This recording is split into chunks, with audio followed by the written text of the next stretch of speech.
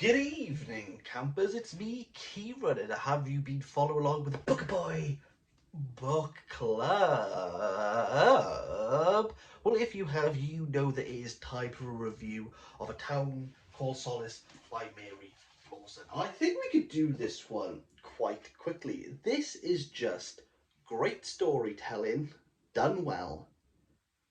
That's really all I have to say about this. It's a solid book, it has a great plot, and we follow the perspectives in this sequence continually.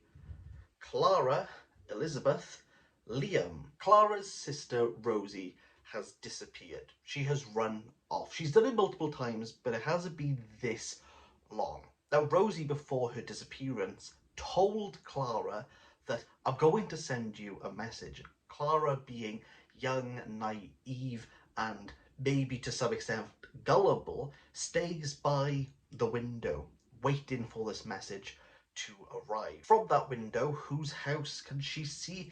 It's Elizabeth. Now, Elizabeth isn't in her house at this moment. She's actually in hospital, living out her dying days, recollecting on how she met a certain someone who brought joy, who brought purpose, who brought fulfillment. That is Liam. Now, Liam and Elizabeth have not seen each other in many years. However, for some reason, Liam has inherited Elizabeth's house, and Klara clocks Liam moving into the house and taking stuff out. And that's really what brings these characters together. Although I should point out, being that Liam has inherited the house, Elizabeth is dead. Everything that propels this story are people who don't really have interactions within it. Yes, there's Elizabeth, who has brought Klara and Liam together, but she's not part of the story in a literal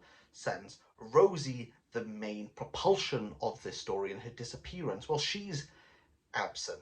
And the main catalyst, I would say, is Moses, and we absolutely love Moses. Moses is a cat, and everyone loves Moses. Big thumbs up for Moses from me. This town called Solace, by its very nature, should be calm, tranquil, and peaceful. But Lawson has added some agitations, but these agitations, apart from the disappearance and the reasoning of Elizabeth's memories with Leah, which will all be explained, predominantly this story is about people sweating the small stuff. We have a roofer who doesn't want his son to leave the town, and we have interactions with his son to why he doesn't want to stay in the town. Additionally, we have a lady whose main issue appears to be that her ice cream is concrete hard. She can't really seem, as a hobbyist and as a businesswoman, to fix this solution. You know what? We should go and get some ice cream for this review. I think that would make it way more interesting. Oh, take me home,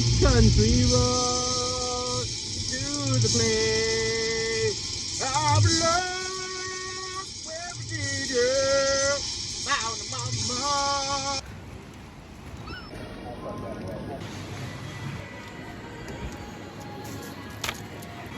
Is this the way to Amarillo?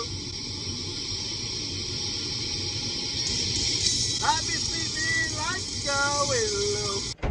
Furthermore to all of this, we have Klara, whose views being a kid is solely focused to her room and what happens outside that window. But when we move to the school and when we move to the forest, these places seem to be unfathomably huge. Liam, who's just moved into the area, is having people encroach on his space, such as Moses the cat, such as Klara, who turns up to tell him why is he moving all of Elizabeth's stuff.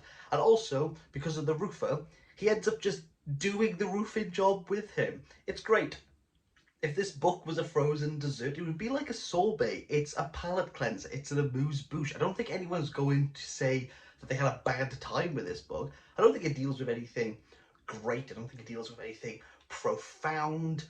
But it's just a good read. Like, this is just what a good book should be. Throw a cat into the mix and I don't think you can go wrong. Mary Lawson, A Town Called Solace, you get yourself a 6 out of 10. Now, Do your gears grind over the hardness of your ice cream? Then join the Bookaboy Book Club. Again, the links are down below and you can argue or agree with me in real time. I look forward to seeing you for the next one. And as always,